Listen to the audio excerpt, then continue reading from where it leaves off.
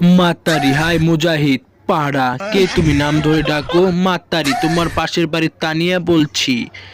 পাড়া বুঝতে পারছি তোমার হাতের লেখা দেখেই কি বলবা বলো। মাতারি তোমাকে আলভিউ। পাড়া বানান ঠিক করে আইসো প্রেম করতে। মাতারি তোমাকে তলা আমি বাঁধবো না। পাড়া বাঁচার দরকারও নাই। ঠিক। শোন, একটা কথা বলি, ও মা তারি তোতলা হয়েছে কি হয়েছে? তুই পাড়া তো ভালো, ওকে শিখিয়ে পড়িয়ে নিস, তাও একটু ভালোবাস, তোকে অনেক ভালোবাসে পাড়া, বোঝা নাকি ওদের ভাই পাড়া। তো পাড়া এই মাতারির ছবি দিয়ে বলতেছে আই লাভ ইউ সাদিয়া, তুমি কি আমার গার্লফ্রেন্ড হবে?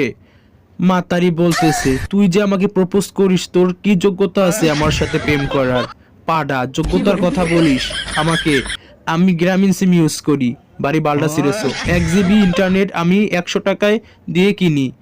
1 মিনিট কথা বলতে হলে 4 টাকা লাগে, আর তুই আমাকে যোগ্যতা নিয়ে কথা বলিস? সাদিয়া মানে মাতারি, আই লাভ ইউ টু জান।